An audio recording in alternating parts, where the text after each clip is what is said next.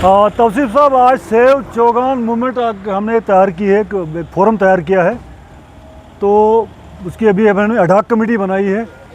तो उस फोरम को लेकर आज हम एमएलए साहिबा के पास गए थे, यहाँ उनके रेजिडेंस में। तो सबसे पहला मुद्दा जो हमारा था, किश्तवाड़ में एक स्टेडियम का होना चाहिए जिसकी अशद ज़रूरत है। तो उसके बारे में उनसे तफसीलन बात हुई। उसमें सिलसिले में 2022 में शायद आप भी हमारे साथ थे, हम एलजी साहब से मिले थे, सुनील शर्मा जी हमारे साथ थे। तो एक लैंड को वहाँ आइडेंटिफाई किया गया था कि हरगड्डी में स्टेट लैंड है, वहाँ स्टेडियम बनना चाहिए।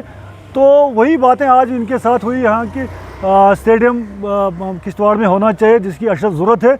उसके अलावा और भी कोई एक दो मिनी स्टेडियम हमने बनाने की बात की इनके साथ।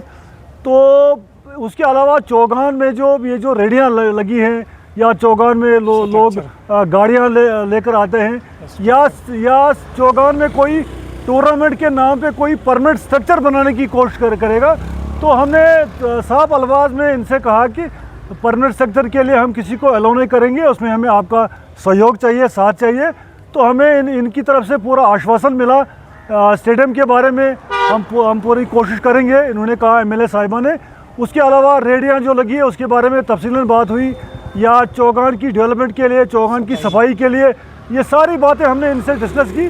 और इन्होंने हमें यकीन दहानी कराई है कि हम ये जो जेन्युइन इश्यूज़ आपके हैं इन पर इनको हम हल करने की कोशिश करेंगे।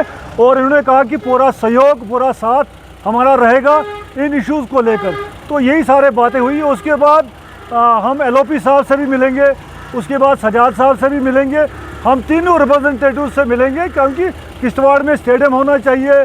चौगान को बचाने की साफ सफाई के लिए चौगान में कोई परमानेंट स्ट्रक्चर न बने, रेडियाँ न लगे।